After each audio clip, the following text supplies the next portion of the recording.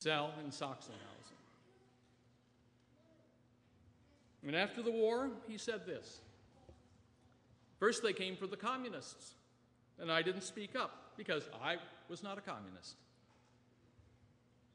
And then they came for the trade unionists, and I didn't speak up because I wasn't a trade unionist. And then they came for the Jews, and I didn't speak up because I wasn't a Jew.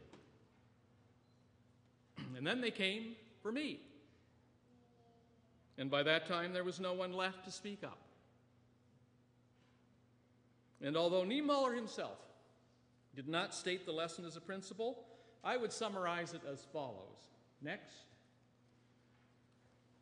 If you see them doing it to somebody else, don't think they won't do it to you.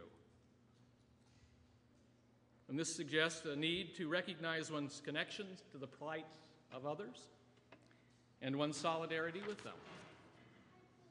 Poor Niemöller got the point after he had been shipped off to the concentration camp. By the way, I'm pretty sure his crime was that of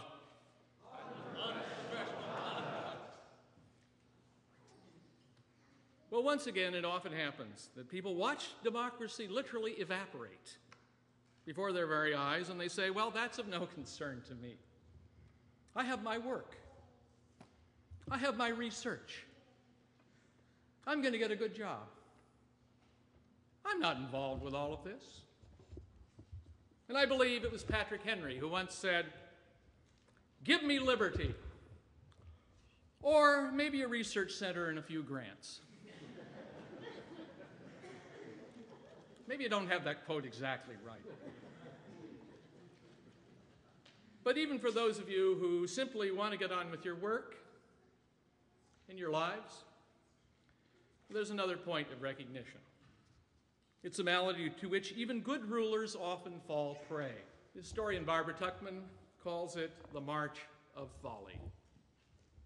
In her book by that title, she looks at societies that launched catastrophic wars or pursued disastrous policies, tenaciously persisting in them to the bitter end, even when the results were clearly contrary to their self-interest. And she calls this mindset that produces outcomes of this kind wooden-headedness. Thank God we don't have any wars like that now.